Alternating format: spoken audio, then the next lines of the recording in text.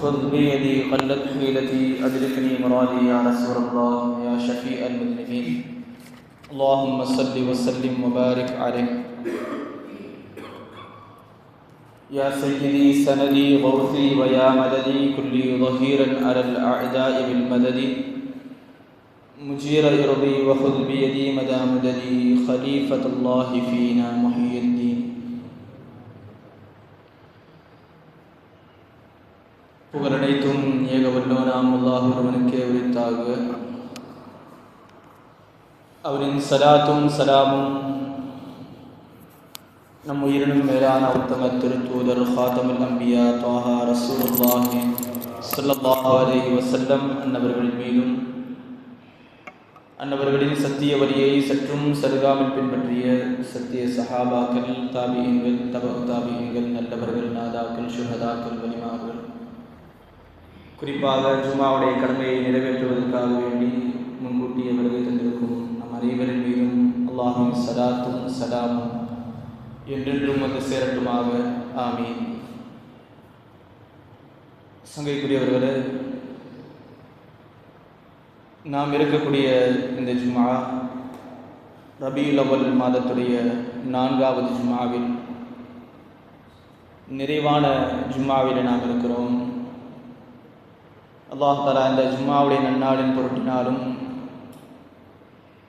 ரபீஉல் அவ்வல் மாதத்தில் இந்த ரஹ்மத்துல் ஆலமீனாக இவ்வையகம் வந்த ரசூலுல்லாஹி ஸல்லல்லாஹு அலைஹி வஸல்லம் அன்னவர்களின் பொருட்டினாலும் அல்லாஹ் தஆலா நாம் செய்யக்கூடிய எல்லா விதமான நல்ல அமல்களையும் அல்லாஹ் தஆலா கபூல் செய்வானாக. நம்முடைய அமல்களில், நம்முடைய செயல்பாடுகளில், குறிப்பாக நம்முடைய குணங்களில் இருக்கக்கூடிய குறைகளை அல்லாஹ் தஆலா மாற்றி பரிபூரண குணம் பெற்றவர்களாக அல்லாஹ் தஆலா நம்மை மாற்றி தந்திடுவானாக.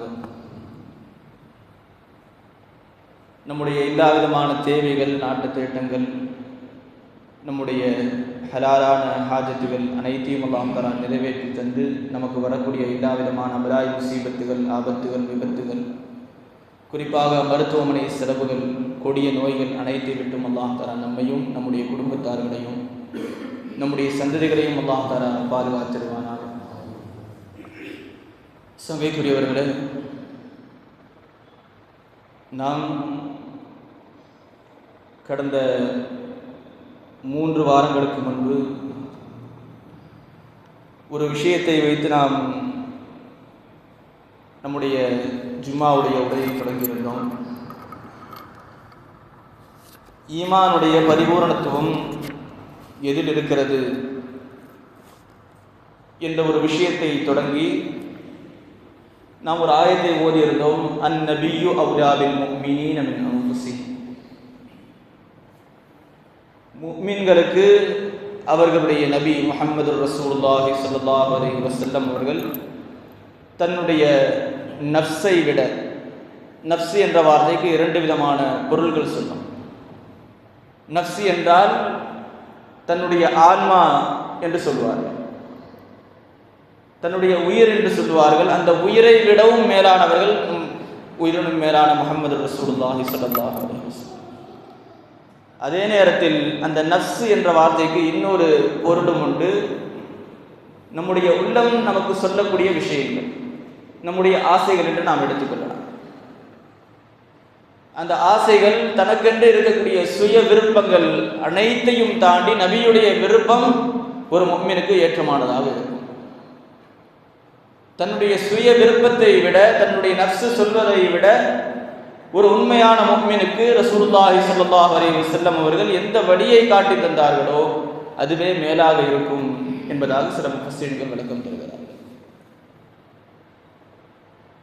அது மட்டுமில்லை, ரசூலுல்லாஹி ஸல்லல்லாஹு அலைஹி வஸல்லம் அவர்கள் சொல்லக்கூடிய ஹதீஸும் ஒன்று உண்டு. லா யுமினு அஹதுக்கும் ஹத்தா யகூன ஹவாஹு தபஅன் லிமா ஜித்து பி.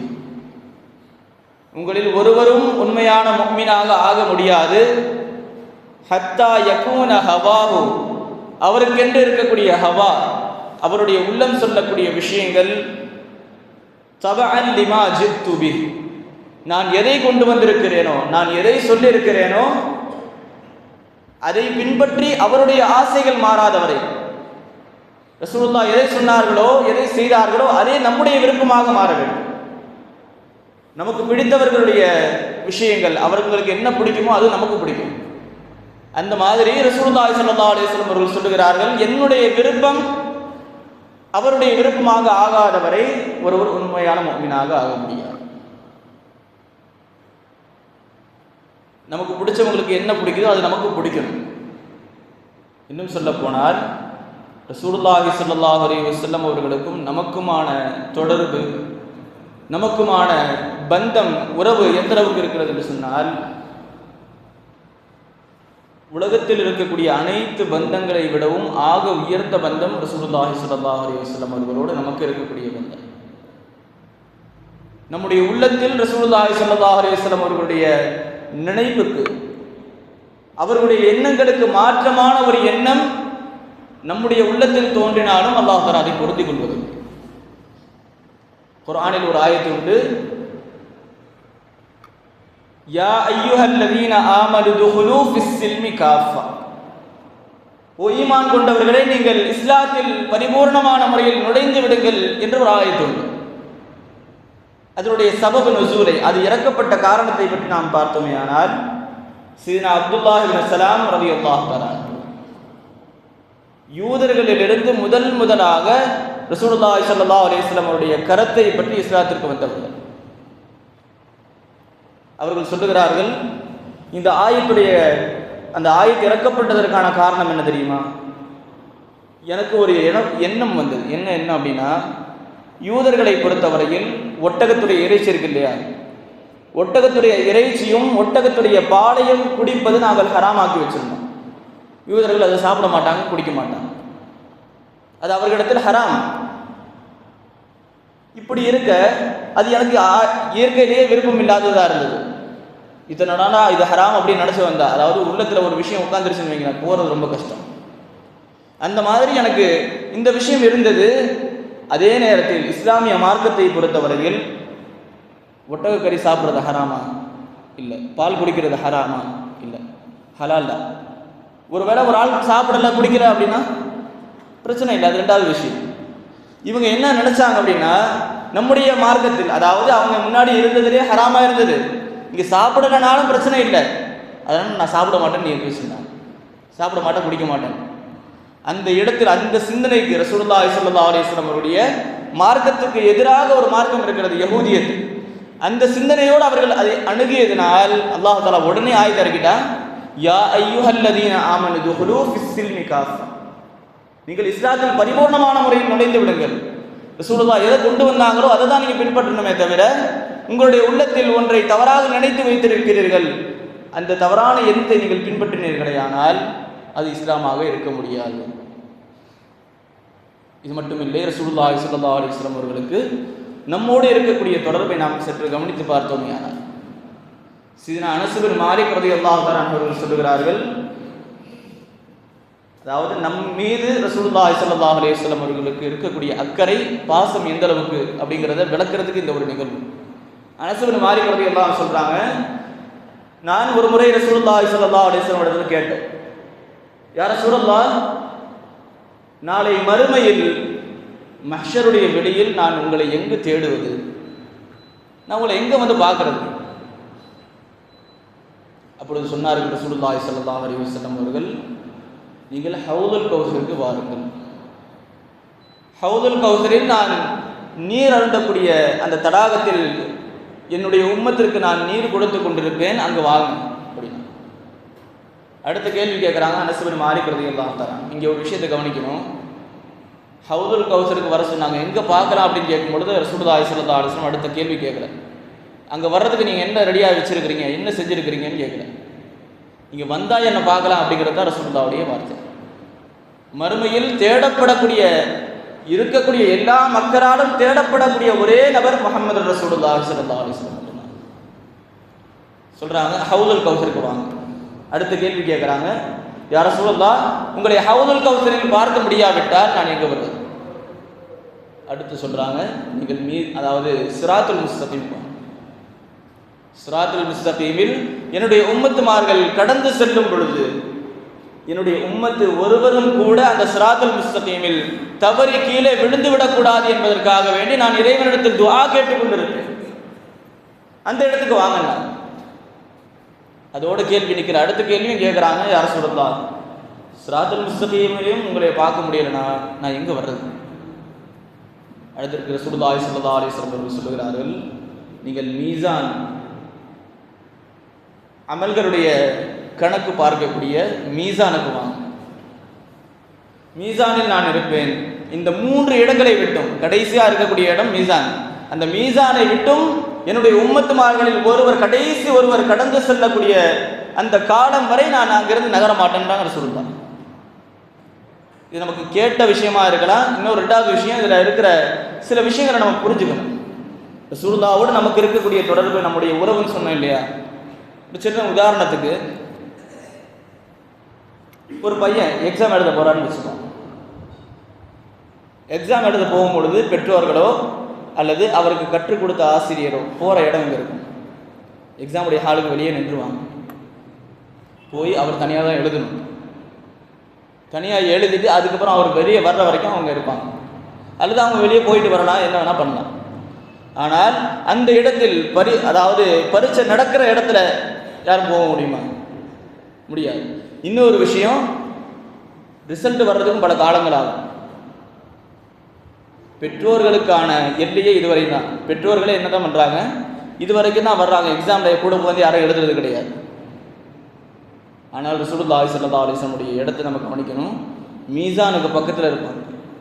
நம்மள்ட்ட ஏதாச்சும் ஒரு குறை இருக்குதா, அதை நிவர்த்தி செய்வதற்கு என்ன செய்ய வேண்டுமோ, நம்ம ஏதாவது தப்பு பண்ணியிருக்கும் பொழுது, ஒரு ஆள் எக்ஸாம் எழுதிட்டு இருக்கிறார், ஏதாவது தப்பாக எழுதுறாங்கன்னா திருத்தி கொடுக்கறதுக்கு கூட ஆள் இருக்கார். ஆனால் ரசூலுல்லாஹி ஸல்லல்லாஹு அலைஹி வஸல்லம் அவர்கள் சொல்லுகிறார்கள், நான் மீசானுடைய தராசிற்கு பக்கத்தில் என்னுடைய உம்மத்துமார்களுடைய அமல்கள் நன்மையை விட தீமையை அதிகரிக்கும் பொழுது அந்த நன்மை அதிகரிப்பதற்காக வேண்டி நான் ரப்பிடத்தில் துஆ செய்து கொண்டிருப்பேன் என்பதாக சொல்லுகிறார். அப்படியானால் ரசூலுல்லாஹி ஸல்லல்லாஹு அலைஹி வஸல்லம் அவர்கள் நம்முடைய பெற்றோர்களை விடவும் நம்முடைய விஷயங்களில், நம்முடைய பாதுகாப்புடைய விஷயங்களில், நம்முடைய வெற்றியுடைய விஷயங்களில் கண்ணும் கருத்துமாக இருக்கிறார்கள் என்பது இந்த விஷயத்திலிருந்து நமக்கு கிடைக்கும். நாளை மறுமையிலே பெற்றோர்கள் கூட நமக்கு கை கொடுக்காத ஒரு நேரம். ஆனால் ரசூலுல்லாஹி ஸல்லல்லாஹு அலைஹி வஸல்லம் அவர்கள் நம்மை காப்பதற்கு காத்து கொண்டிருக்கிறார்கள் என்று சொன்னால், நமக்கும் நம்முடைய ரசூலுல்லாஹி ஸல்லல்லாஹு அலைஹி வஸல்லம் அவர்களுக்குமான தொடர்பு என்ன, அவர்களுக்கும் நமக்குமான உறவு என்ன என்பதை நாம் புரிந்து கொள்ள வேண்டும். இன்னைக்கு நம்முடைய இயற்கையான சில குணங்கள் இருக்கும் இல்லையா? சில பேர் சாஃப்ட் கேரக்டராக இருப்பாங்க, என்னதான் நானும் சரி நடந்துட்டு போகுதுப்பா. இன்னும் சில பேர் இருப்பாங்க, அது எப்படி நடக்கலாம். இப்படி ஒவ்வொரு ஆளுக்கும் ஒரு கேரக்டர் இருக்கும். சில பேர் இயற்கையிலேயே சாஃப்ட் கேரக்டராக இருப்பாங்க, சில பேர் இயற்கையிலேயே கோபக்காரராக இருப்பாங்க. ஆனால் உங்களுடைய கேரக்டர் என்ன வேணா இருக்கலாம். நீங்கள் சாஃப்ட் கேரக்டராக இருக்கலாம், அல்லது ரொம்ப ஹார்டான கேரக்டராக கூட இருக்கலாம். ஆனால் ரசூலுல்லாஹி ஸல்லல்லாஹு அலைஹி வஸல்லம் விஷயம் என்று வரும் பொழுது, ரசூலுல்லாஹி ஸல்லல்லாஹு அலைஹி வஸல்லம் விஷயத்தில் பேசக்கூடிய ஒரு சூழ்நிலை வரும் பொழுது, அவர்கள் எந்த மாதிரி ஆளாக இருந்தாலும் சரி, அவர்களுடைய உள்ளத்தில் ஈமான் என்று ஒன்று இருக்குமானால் ரசூலுல்லாஹி ஸல்லல்லாஹு அலைஹி வஸல்லம் விஷயத்தில் சின்ன ஒரு குறையை கூட அவங்களால ஏற்றுக்க முடியாது. சின்ன ஒரு உதாரணத்துக்கு சொல்லணும் அப்படின்னா, சஹாபாக்கள்லையே ரொம்ப கோபக்காரங்க யாரு? சையதுனா உமர் இப்னு கத்தாப் ரலியல்லாஹு தஆலா. ரசூலுல்லாஹ்க்கு முன்னாடியோ அல்லது ரசூலுல்லாஹி ஸல்லல்லாஹு அலைஹி வஸல்லம் அவர்களை பற்றியோ ஏதாவது பேசிட்டா உடனே கோபப்படுறது யாரு? உமர் இப்னு கத்தாப் ரலியல்லாஹு. அதற்கு நேர் மாற்றமானவர்கள், அதாவது அந்த கோபத்துடைய நிலையிலிருந்து அப்படியே நேர் மாற்றமானவங்க. உமர் ரலியல்லாஹு எந்த அளவுக்கு கோபம் இருக்குதோ அதே அளவிற்கு சாந்தம் சித்தியக்குல் அக்பர் சையதுனா அபூபக்கர் சித்திக் ரலியல்லாஹு அன்ஹு இருக்குது. ஆனால் வரலாற்றில் ஒரு செய்தி எழுதுறாங்க தஃப்சீர்களில், ஒரு முறை ரசூலுல்லாஹி ஸல்லல்லாஹு அலைஹி வஸல்லம் அவர்களுக்கு முன்னால் அபூபக்கர் சித்திக் ரலியல்லாஹு அன்ஹுடைய தந்தை அபூ குஹாஃபா ரலியல்லாஹு அன்ஹு முன்னாடி வந்து நிற்கிறாங்க. என்ன ஒரு செய்தியை சொல்கிறாங்க, யா ரசூலுல்லாஹ், என்னுடைய மகன் அபூபக்கர் சித்திக் ரலியல்லாஹு அன்ஹு என்னை அடிச்சிட்டார். என்ன அடிச்சிட்டார்? எல்லாம் ஆச்சரியமாக பார்க்குறாங்க. அபூபக்கர் சித்திக் ரலியல்லாஹு அன்ஹு அடித்தாங்களா? இவங்க அடிக்கிறாங்கன்னா இவங்க என்ன பண்ணாங்க? இது ரெண்டாவது விஷயம். முதல் விஷயம் என்ன அப்படின்னா, இவங்களா அடித்தாங்க அப்படிங்கிறது ஒரு ஆச்சரியம். ரசூலுல்லாஹி ஸல்லல்லாஹு அலைஹி வஸல்லம் கூப்பிட்டு விடுறாங்க. கூப்பிட்டு விட்டோன்னு கேட்குறாங்க, அபூபக்கரே அடிச்சுங்களா நீங்கள் அப்படின்னு. ஆமாம் யார் ரசூலுல்லாஹ் அடித்தேன். ரசூலுல்லாஹி ஸல்லல்லாஹு அலைஹி வஸல்லம் ஆச்சரியமாக இருக்கிறாங்க, நீங்கள் அடிச்சிங்க, நீங்கள் அடிக்கிற ஆள் இல்லையே அப்படின்னு சொல்லும் பொழுது ரசூலுல்லாஹி ஸல்லல்லாஹு அலைஹி வஸல்லம் சொல்கிறாங்க, வல்லாஹி லௌலா அன்ன ஸைஃபன் கான இந்தி லதரப்துஹு பிஹி. யா ரசூலுல்லாஹ், உங்களுடைய விஷயத்தில் ஒரு வார்த்தை அவர் சொன்னார். அதாவது இஸ்லாத்துக்கு வர்றதுக்கு முன்னாடி, அபூ குஹாஃபா ரலியல்லாஹு அன்ஹு இஸ்லாத்துக்கு வர்றதுக்கு முன்னாடி உங்களுடைய விஷயத்தில் உங்களை பற்றி ஒரு வார்த்தை சொன்னார். அதை இங்கே சொல்ல விரும்பலை. அந்த வார்த்தையை கூட நான் சொல்ல விரும்பவில்லை. அந்த வார்த்தையை அவர் சொன்னார். அந்த வார்த்தையை கேட்டவுடன் நான் அடிச்சிட்டேன். அடுத்த வார்த்தை என்ன வருது? லௌலா அன்ன ஸைஃபன் கான பியதைய. ஒருவேளை என்னுடைய கையில் வாள் மட்டும் இருந்திருந்தா இவர் இன்னைக்கு இங்கே வந்து பேசியிருக்க மாட்டார். என்ன சொல்ல வர்றாங்க? என் கையில் அந்த நேரத்தில் வாள் இல்லை, அதனால அடித்தேன். ஒருவேளை என் கையில் வாள் இருந்தால் அவருடைய தலையை எடுத்துட்டு பண்ணுறாங்க அபூபக்கர் சித்திக் ரலியல்லாஹு அன்ஹு. இத்தனைக்கும் ஆக சாஃப்டான கேரக்டர். ஆனால் ரசூலுல்லாஹி ஸல்லல்லாஹு அலைஹி வஸல்லம் விஷயத்தில் ஒரு சின்ன ஒரு விஷயத்தை கேட்டால் கூட அவங்களால படுத்துக்க முடியாது. அந்த விஷயத்தை பற்றி அல்லாஹ் தஆலா குர்ஆனிலே ஆயத்தை இறக்கிட்டான். லா தஜிது கௌமன் யுமினூன பில்லாஹி வல் யௌமில் ஆகிரி யுவாத்தூன மன் ஹாத்தல்லாஹ வ ரசூலஹு வலவ் கானூ ஆபாஅஹும் அவ் அப்னாஅஹும். ஈமான் கொண்டவர்களிடத்தில் அல்லாஹ்வையும் ரசூலையும் பற்றி சில விஷயங்கள் பேசும் பொழுது அவர்கள் தன்னுடைய பெற்றோர்களாக இருந்தாலும் சரி, தன்னுடைய பிள்ளைகளாக இருந்தாலும் சரி, ஈமான் கொண்டவர்களால் அதை பொறுத்து கொள்ள முடியாது. பேசுகிறவங்க யாராக வேணா இருக்கலாம், பிள்ளையாக இருக்கலாம், தன்னுடைய பெற்றோர்களாக இருக்கலாம். எல்லாவற்றையும் விட அல்லாஹ்வையும் அவருடைய ரசூலையும் முற்படுத்துவது என்பது ஈமானுடைய அடையாளம் என்று குர்ஆன் நமக்கு காட்டுகிறது.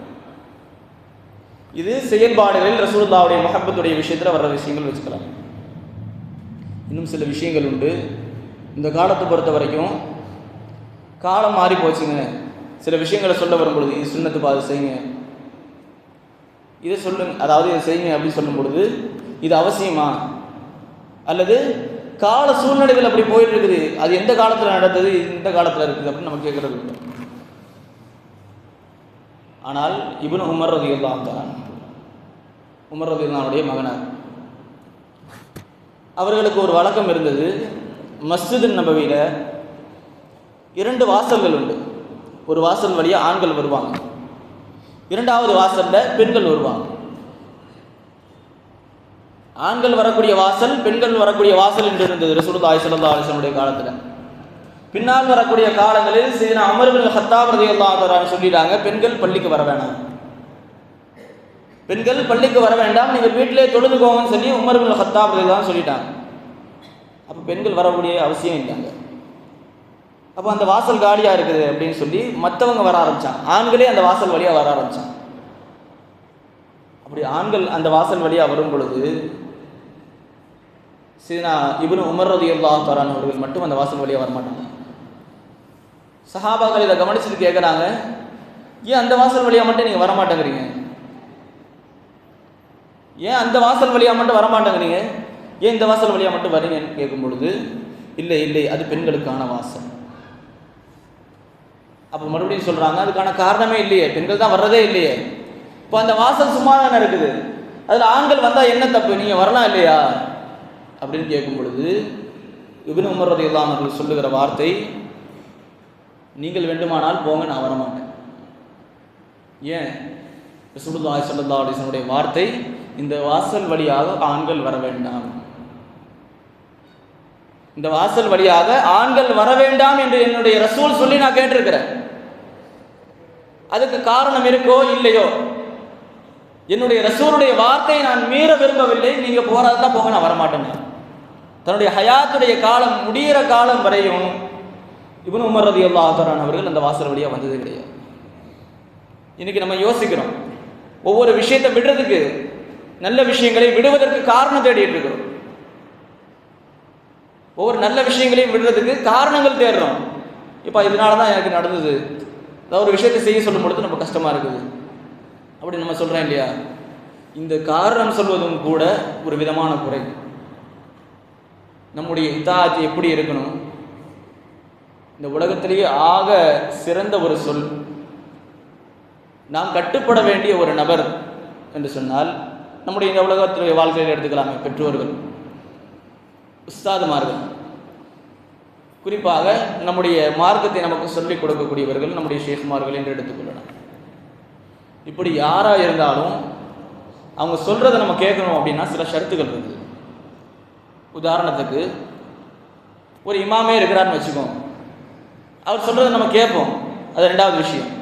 ஆனால் அவர் சொல்வதை நாம் கேட்டுக்கொள்ள வேண்டும், ஏற்றுக்கொள்ள வேண்டும் என்றால் அதுலேயும் ஒரு ஷரத்து இருக்குது. அவர் மார்க்கத்துக்கு உள்ள சொல்லணும், மார்க்கத்தில் இருக்கக்கூடிய விஷயத்தை சொல்ல வேண்டும். மார்க்கத்திற்கு புறம்பான ஒரு விஷயத்தை சொல்லக்கூடிய ஒரு இமாமாக இருந்தாலும் சரி, அதை ஏற்றுக்கொள்ளக்கூடாது. இரண்டாவது விஷயம், நம்முடைய பெற்றோர்களுக்கு கட்டுப்பட்டு நடக்க வேண்டும் என்று குர்ஆன் சொல்லுகிறது. ஆனால் அதே நேரத்தில் பெற்றோர்கள் ஒரு தவறான காரியத்தை சொல்லும் பொழுது, மார்க்கத்திற்கு புறம்பான ஒரு விஷயத்தை சொல்லும் பொழுது அவர்களையும் புறக்கணிக்க வேண்டும் என்பதுதான் நம்முடைய மார்க்கம் நமக்கு சொல்லக்கூடிய விஷயம். ஏன் இப்போ தொழுகை இருக்குது, தொழுகையில் சில விஷயங்கள், உதாரணத்திற்கு ஒரு 5 நிமிஷம் கழிச்சு ஜமாத்துடைய நேரம் குறிப்பாக ஒரு 5 மணிக்கு போட்டிருக்கிறாங்கன்னு வச்சுக்கோங்களேன். 5:05க்கு தொழுகை நடந்தாலும் எல்லாத்தையும் ஒரு கேள்வி வரும், அது எப்படி 5:05க்கு வைக்கலாம்? இது நம்முடைய நிலைமை. ஒரு இமாம் பின்தாடி வரும் பொழுது அல்லது ஒரு முஅஜ்ஜின் சில விஷயங்கள் செய்யும் பொழுது கொஞ்சம் தாமதமாகும் பொழுது உடனே கேள்வி வருது இல்லையா? இது நம்முடைய நிலைமை. ஆனால் ஒருவருடைய ஹுக்கும் இருக்கிறது, அவருடைய ஹுக்கும் எந்த நிலையிலும் கேள்வி கேட்கப்படாது. ரசூலுல்லாஹி ஸல்லல்லாஹு அலைஹி வஸல்லம் அவர்கள் மஸ்ஜிதுல் கிப்லத்தை, நீங்கள் மதீனாவுக்கு போனீங்கன்னா தெரியும், அந்த கிப்லா மாற்றப்பட்ட அந்த மஸ்ஜிதில் ரசூலுல்லாஹி ஸல்லல்லாஹு அலைஹி வஸல்லம் 2 ரக்காத் ஒரு பக்கம் நின்று தொழுதாங்க. அடுத்த 2 ரக்காத்து அதுக்கு நேராக எதிரான ஒரு டைரக்ஷன் தான் மாற்றினாங்க ரசூலுல்லாஹ்.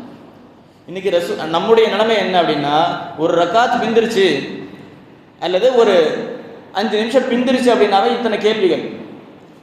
ஆனால் ரசூலுல்லாஹி ஸல்லல்லாஹு அலைஹி வஸல்லம் அவர்கள் எதை கொண்டு வந்தாலும் அது மார்க்கமாக பார்க்கப்படும். எதை ரசூலுல்லாஹி ஸல்லல்லாஹு அலைஹி வஸல்லம் அவங்க செஞ்சாலும் அது மார்க்கமாக பார்க்கப்படும். அதை உடனடியாக எடுத்து நடப்பது என்பது நமக்கு கடமை. ரசூலுல்லாஹி ஸல்லல்லாஹு அலைஹி வஸல்லம் அவர்களை பொறுத்தவரையில் எந்த ஒரு விஷயத்தை சொன்னாலும் அதை உடனடியாக கட்டுப்பட்டு நடக்கக்கூடிய ஒரு வளமையை சஹாபாக்கள் வச்சிருந்தாங்க. ஒரு சின்ன ஒரு உதாரணம் சொல்லணும் அப்படின்னா, மஹ்மூதுல் கஸ்னவி ரஹ்மத்துல்லாஹி இருக்கிறாங்க இல்லையா, அவர்களை பற்றி ஒரு செய்தி. அவங்களுடைய ஹசானா இருக்குல்ல, ஹசானாவில் ஒரு விலை உயர்ந்த ஒரு தங்க நகைன்னு வச்சுக்கலாமே, அந்த தங்க நகையை எடுத்துட்டு அரசவைக்கு, அவங்க இருக்கக்கூடிய அமைச்சரவைக்கு வர்றாங்க. வந்து சொல்கிறாங்க, இந்த நகை இருக்கு இல்லையா, இந்த நகையை ஒரு ஆளை கூப்பிட்டு, ஒரு அமைச்சரை கூப்பிட்டு இதை கீழே போட்டு உடைங்கண்ணா, இது கீழே போட்டு உடைங்க அப்படின்னு சொல்லும் பொழுது அந்த அமைச்சர் சொன்னார், இதை போட்டு உடைச்சோம் அப்படின்னா நமக்கு தான் நஷ்டம், இது உடஞ்சிரும், எந்த ஒரு விஷயத்துக்கும் பயன்படாமல் போயிடும், அதனால் உடைக்க வேணாம் அப்படின்னாரு. இதை கேட்ட மஹ்மூதுல் கஸ்னவி ரஹ்மத்துல்லாஹி சொன்னாங்க, சரி நீங்கள் கரெக்டாக சொன்னீங்க, நல்ல யோசனையை சொல்லியிருக்கிறீங்க, ஆலோசனையை சொல்லியிருக்கிறீங்க அப்படின்னு சொல்லி அனுப்பிவிட்டாங்க. அடுத்த ஒரு அமைச்சரை கூப்பிடுறாங்க, தூக்கி போட்டு உடைங்க அப்படின்னு. அந்த அமைச்சர் வருகிறார். அந்த அமைச்சர் மறுபடியும் சொல்கிறாரு, நீங்கள் உடைக்க சொல்கிறதுனால நான் உடைச்சிடுவேன், பிரச்சனை இல்லை, ஆனால் அதை உடைச்சதுக்கப்புறம் நஷ்டம் நமக்கு தான், அதை உடைச்சா நமக்கு தான் நஷ்டம், அதனால் உடைக்க வேணாமே அப்படின்றார். இப்படி அரசவையில் இருக்கக்கூடிய ஒவ்வொரு ஆளையும் ஒவ்வொரு மந்திரியும் கூப்பிட்டு சொல்கிறாங்க, ஒவ்வொரு அமைச்சரையும் கூப்பிட்டு சொல்கிறாங்க, உடைங்க. யாரும் உடைக்கலை. கடைசியில் ஒரு ஆள் இருந்தாங்க, ஐயாஸ் அப்படின்னு சொல்லி, அதாவது மஹ்மூதுல் கஸ்னவி ரஹ்மத்துல்லாஹி அவர்களுக்கு ஆக பிரியமான ஒரு ஆள். அவங்கள்ட்ட இதை கையில் கொடுத்துட்டு உடைங்கன்னா கொஞ்சம் கூட யோசிக்கல, தூக்கி போட்டு உடைச்சிட்டார். அவர் கொஞ்சம் கூட யோசிக்காமல் தூக்கி போட்டு உடைச்சிட்டார். அதை உடைச்ச உடனே அடுத்த கேள்வி கேட்குறாங்க, எதுக்குடா உடைச்சது? ஒரு ஆள் உடைக்க சொல்லிட்டு திருப்பி ஏன்டா உடைச்சன்னு கேட்டால் எப்படி இருக்கும்? பாதுஷா என்ன பண்ணுறாங்க, உடைக்க சொல்கிறாங்க. அதை கேட்ட ஐயாஸ் உடைச்சிக்கிறாரு. உடைச்ச உடனே அடுத்த கேள்வி வருது, எதுக்கு உடைச்சிங்க? நம்ம என்ன சொல்லியிருக்கோம், நீங்கள் தாங்க உடைச்சி சொன்னீங்க, அதனால் உடைச்சேன். ஆனால் ஐயாஸ் செய்த வேலை அப்படியே அமைதியாக நிற்கிறாங்க. பதில் எதுவும் பேசலை. கொஞ்ச நேரம் கழிச்சு மறுபடியும் பாதுஷாவே கேட்குறாங்க, இது எதனால் உடைச்சிங்க அப்படின்னு. இத்தனை பேர் வந்தாங்க, எல்லாருமே ஒரு ஆலோசனை சொன்னாங்க, உடைக்க வேணாம், இது விலை மதிக்க முடியாதது, அதனால் இதை வச்சுக்கோங்கன்னு சொல்லி ஒரு ஆலோசனை சொன்னாங்க. ஆனால் நீங்கள் எந்த ஒரு ஆலோசனையுமே சொல்லலையே, உடனே தூக்கி போட்டு உடைச்சிட்டிங்களே அப்படின்னு சொல்லி கேட்கும் பொழுது ஐயா சொன்ன வார்த்தை, இந்த வார்த்தை என்பது எதோடு நம்ம பொருத்தி பார்க்கணும்னா ரசூலுல்லாஹி ஸல்லல்லாஹு அலைஹி வஸல்லம் கட்டளைகளோடு நாம் பொருத்தி பார்க்க வேண்டிய விஷயம். அவர் சொன்னார், நான் என்னுடைய வாழ்க்கையில் ஒரு தீர்மானம் எடுத்திருந்தேன். என்ன அப்படின்னா, எந்த ஒரு சூழ்நிலை வந்தாலும் உங்களுடைய வாக்கு, நீங்கள் சொல்லக்கூடிய வார்த்தைக்கு மாற்றமாக நான் நடக்கக்கூடாது என்பதான். அது ரெண்டாவது விஷயம். அடுத்து சொல்கிறாங்க, இந்த விலை உயர்ந்த பொருள் இருக்கு இல்லையா, இதை தூக்கி போட்டு உடைச்சதுனால நீங்கள் கேட்குறீங்க, என்னை பொறுத்தவரையில் இந்த உலகத்தில் உங்களுடைய வார்த்தையை விட விலை உயர்ந்தது எதுவுமே கிடையாது. என்னுடைய பார்வையில் உங்களுடைய வார்த்தையை விட விலை உயர்ந்தது, விலை மதிக்க முடியாது என்பது எதுவுமே கிடையாது. அப்போ இந்த தங்கமும் கூட உங்களுடைய வார்த்தைக்கு கீழே தான். இந்த தங்க பொருளும் கூட உங்களுடைய வார்த்தையை விட, உங்களுடைய வார்த்தையுடைய மதிப்பை விட இந்த தங்கத்துடைய மதிப்பு என்னை பொறுத்தவரை கம்மி தான் அப்படின்னா. இதே போன்றுதான் நம்முடைய சூழ்நிலையும். இந்த உலகத்தில் எவ்வளவு சூழ்நிலைகள் வேண்டுமானாலும் மாறலாம், உலகத்தில் எவ்வளவு கஷ்டமான நிலைகள் வேண்டுமானாலும் வரலாம். ஆனால் ரசூலுல்லாஹி ஸல்லல்லாஹு அலைஹி வஸல்லம் அவர்கள் நமக்கு என்ன வார்த்தையை சொல்லியிருக்கிறார்களோ, எந்த கட்டளையை நமக்கு கொடுத்திருக்கிறார்களோ, அந்த கட்டளை, அந்த வார்த்தை தான் இந்த உலகத்தில் இருக்கக்கூடிய எல்லா சூழ்நிலைகளை விடவும், எல்லா நிர்பந்த சூழ்நிலைகளை விடவும் பெருசாக இருக்கு. ரசூலுல்லாஹி ஸல்லல்லாஹு அலைஹி வஸல்லம் அவர்களை பொறுத்தவரையில் தபூக்குடைய நேரம் நமக்கு தெரியும். தபூக்குடைய நேரத்தில் ரசூலுல்லாஹி ஸல்லல்லாஹு அலைஹி வஸல்லம் அவர்கள் சில விஷயங்களை கேட்குறாங்க. சஹாபாக்கள் இடத்துல பொருளாதாரம் தேவைப்படுது, பொருளாதாரத்தை கொண்டு வாங்க.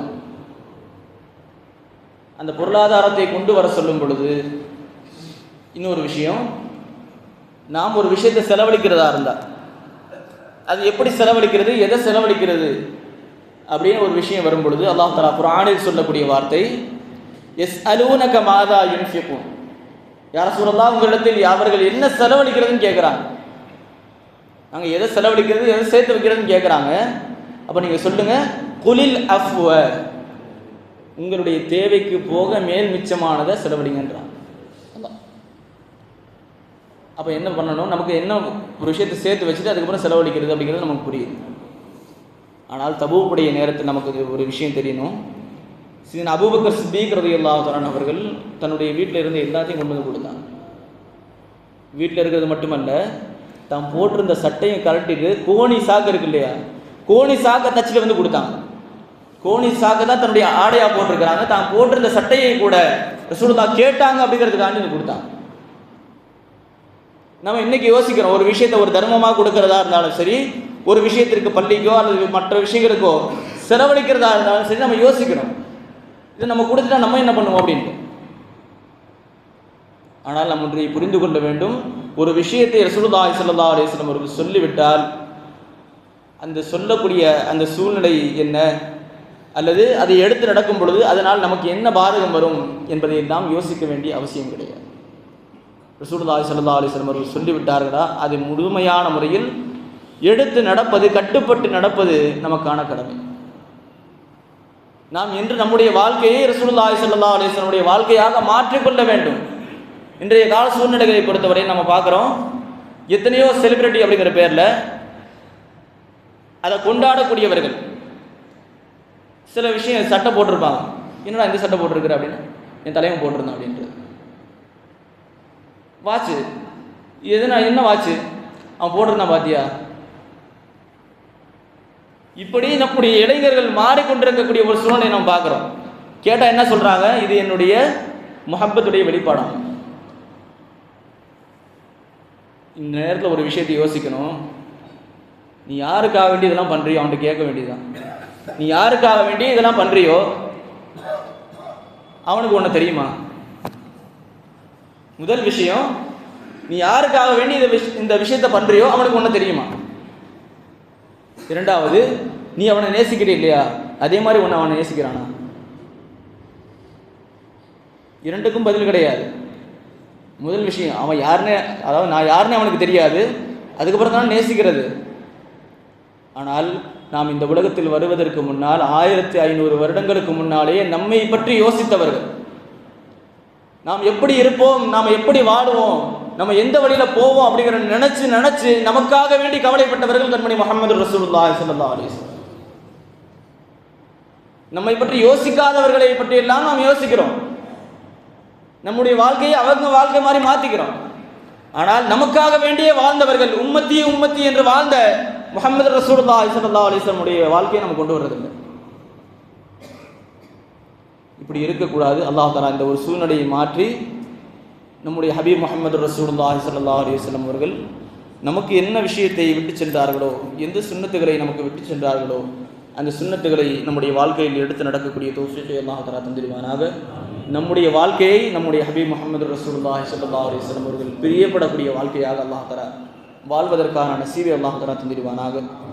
ரசூலுல்லாஹி ஸல்லல்லாஹு அலைஹி வஸல்லம் அவர்கள் ஆரம்பத்தில் சொன்னது போல், லா யுக்மினு அஹதுக்கும் ஹத்தா யகூன ஹவாஹு தபஅன் லிமா ஜிஅது பிஹி.